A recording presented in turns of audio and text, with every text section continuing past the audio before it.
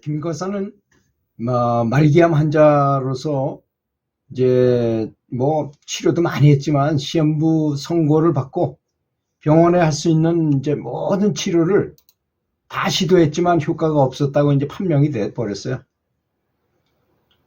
그는 그런 절망감 속에서 산속으로 들어가 살아보기로 이제 결심한 거죠. 마지막 선택이죠. 그리고 강원도 영월 깊고 외딴 곳으로 들어가서 모든 것을 버려버리고 연물만 하자. 처음에 이제 그곳에 가가지고 이렇게 살아보니까 병원에서 너무나 오랫동안 누워있고 이런 생활을 하다 보니까 다리에 힘이 없어서 5걸음 가다가 쉬고 이렇게 할머니들처럼 그렇게 걸을 수밖에 없었던 것입니다. 그리고 이제 자기가 아는 약초라고는 민들레밖에 없는 거예요. 근데 다행히 그 골짜기에 있는 민들레들은 다 토종 민들레인 거예요. 하얀 민들레. 그걸 염증에 좋고 암에 좋다는 민들레니까 이제 그것만 뜯어가 매일 캐는 거예요. 뿌리까지 캐는 거죠. 어떨 때는 위에가 좋을 때는 그냥 뿌리는 놔두고 다음에 또 나와야 되니까 매일 민들레를 캐면서 연부를 하면서 연부는 아주 계속 이어지게 하는 거예요. 관세음보살님이 병을 잘 고친다니까 관세음보살을 연부를 하면서 계속 민들레를 캔 거예요. 그리고 거의 모든 음식에는 다 민들레를 하는 거예요. 민들레. 밥할 때도 민들레를 집어넣고 주로 뿌리나 이런 쪽으로 이제 많이 밥할 땐 하고 그 다음에 민들레로 반찬도 만들고 김치까지도 민들레로 만들어 먹는 거예요.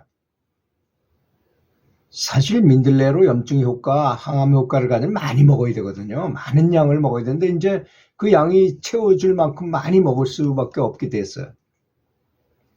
그리고 이 양반이 이제 그 얼마 없는 돈이지만 컨테이너 박스 싸구려 하나를 구입해가지고 마침 옆에 포크레인이 지나가는 걸 보고 자기 땅 속에 있는 산허리를 파내가지고 그 컨테이너 박스 안으로 집어넣는 거예요. 그리고 비닐로 다 씌운 상태에서 그걸 싹 집어넣었어요. 포크레인으로 살살 밀면서 밑에다가 나무를 깔아가지고 쫙 해가지고 안착을 시켰는데 비닐을 몇 겹을 덮은 다음에 딱 하고 이제 딱 덮어버리니까 완전히 쏙 들어가 버리니까 그냥 이쪽 앞면만 출입문만 있고 저쪽엔 완전히 동굴처럼 돼버린 거잖아요. 그리고 허물어질 염려도 없고 컨테이너 박스니까 이제 여기서 이제 나는 살겠다 해가지고 거기서 진짜 토굴처럼 만들기 위해서 황토로 벽을 쌓아바르고 천정도 바르고 완전히 친환경적인 자연 토굴인 것처럼 그런 집을 만들어서 그 속에서 사는 거예요. 그러면 겨울에는 좀 따뜻하고 물론 거기다 불도 떼야죠. 겨울에는. 그렇지만 여름에 시원하죠. 항상 17도 정도가.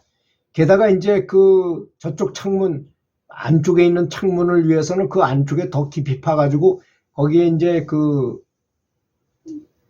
토관 같은 걸 묻었어요. 거기서 찬바람이 들어오게 하기 위해서. 그래서 지열을 이용하는 거죠.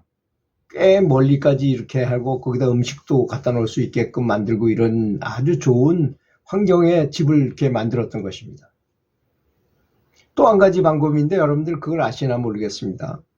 이 진흙으로 된 곳에 땅굴을 파가지고 이렇게 이제 약간 절벽이 된데 땅굴을 파가지고 들어가잖아요. 그 다음에 거기 땅굴을 그대로 파고 진흙 상태에서 거기다 나무를 잔뜩 집어넣고 그냥 불을 질러버려요. 그러면 진흙이 굳어져가지고 완전히 토기가 돼버리는 거야. 항아리 같은 토기가 돼버려요. 동굴이 하나 되는 거죠. 그리고 이제 그 숯을 꺼내고 나머지 잔재들이 뭐 조금 밑에 앉았으면 그대로 그냥 그걸 묻어가지고 그 위에도 청소를 깨끗하게 하고 밑에는 완전히 그걸 그냥 숯을 그대로 묻은 상태로 그냥 쫙 그 바닥을 만들고 그렇게 살면은 정말 그 명당짜리가 된답니다. 숯으로 깔렸죠. 숯으로 했죠. 황토죠. 너무나 좋은 토굴이 완성이 된다 그래요. 그 사람은 그렇게까지는 안 했지만 제일 편한 방법, 자기 땅 속에 있던 그 굴을 파가지고 약간 언덕진 데를 파가지고 컨테이너 박스를 집어넣고 좀 나오게 해가지고 앞에 물바지를 만든 상태에서 좀 멋지게 만들어가지고 남이 볼 때는 아주 뭐 별거. 그리고 앞에다는 또 비닐하우스를 지어놨어요.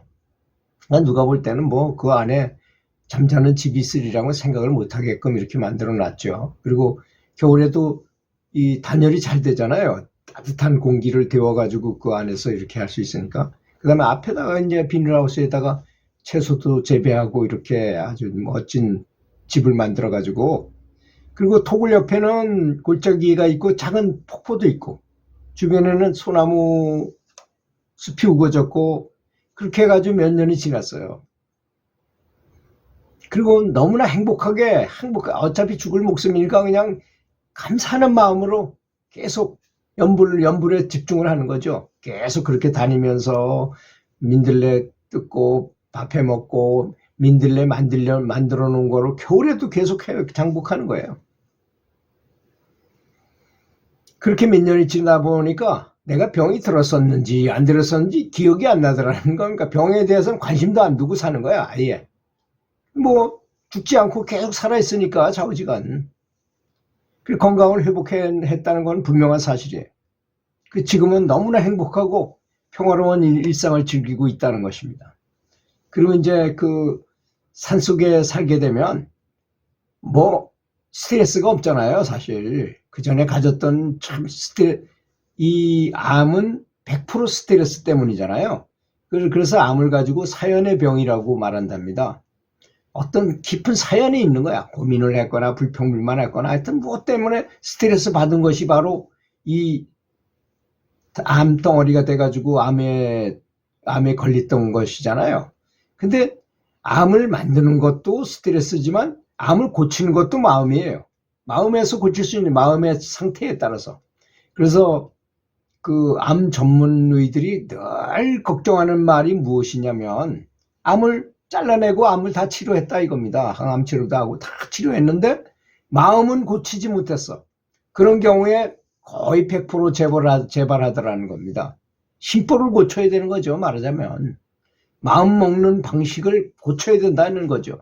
근데 이 양반은 그렇게 스트레스 받아가지고 모든 걸 다 때려치고 산속에 와서 편안하게 살면서 연불하고 그 계곡 폭포수 있는 데는 음이온이 늘 음이온을 주변에 가까이 할 수 있고 피톤치드를 늘 맞고 산소리 들으면서 그 스트레스 없는 생활을 살았고 항상 연불을 하니까 최고의 극락세계와 연결되는 느낌을 굉장히 많이 받게 됩니다. 그러면 여러 가지 증상이 일어나게 돼 있어요. 여러분들은 연불을 하고 나서 연불을 하면 과연 어떤 것인지 연불을 많이 한 사람들의 얘기를 들어보면 내 병이 고쳐졌다, 뭐 죽을 때 극락 같다 이런 것뿐이는 뭐 별다른 게 없는 것처럼 느껴지진. 그런데요, 실제 연불을 아주 열심히 하면 등력이 생깁니다. 힘이 생겨요. 법력이라는, 공력이라고 말하기도 하고 법력이라고 말하는 그런 힘이 생기게 돼 있습니다. 그 힘이 생기면 어떤 힘이 일어나는가? 내 마음속에 어떤 강력한 집중력이 생기기도 하고 너무나 행복함을 느껴요. 가장 먼저 나타나는 건 행복감, 기쁨, 환희심이 생긴다는 거죠. 너무너무 기쁜 마음이 생깁니다.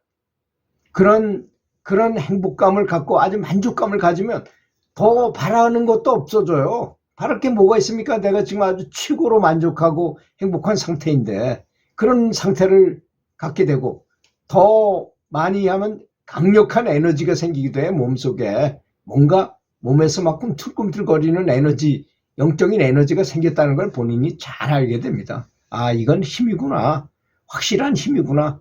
그래서 거기서 자기 친척들이나 모든 나를 도와줬던 사람들을 위해서 회향을 합니다. 그분들이 잘 되게끔 기도를 해. 그럼 점점 내가 더 좋아지다는 것도 깨닫게 돼요. 이렇게 혼자 살면서도 다른 사람을 다 좋게 하고 이 세상 모든 사람들한테 영향을 끼칠 수도 있는 파워를 갖게 된다는 것입니다. 그래서 인도에서 보면요, 만트라를 많이 외우는 분들은 그 만트라의 힘으로 산에 불이 나게도 만들고 아주 굉장히 큰 파워를 가졌어요, 그것이. 그래서 연불을 하면 그냥 우리는 이 정도로 알고 있잖아요. 병 고치고 행복해지고 그 극락왕생하고 이 정도 알고 있지만 실제로 연불에서 얻을 수 있는 등력을 하게 되면 강력한 힘이 있다는 걸 아셔야 됩니다. 그래서 뭘 생각하면 잘 이루어져요. 그런 분들은. 그러니까 뭐 세상에 근심 걱정 없이 너무나 행복한 상태로 살게 되면 그거보다 더 좋은 게 어디 있겠습니까? 부디 연불 열심히 하셔가지고 그런 등력을 하시기 바라겠습니다. 들어주셔서 감사합니다.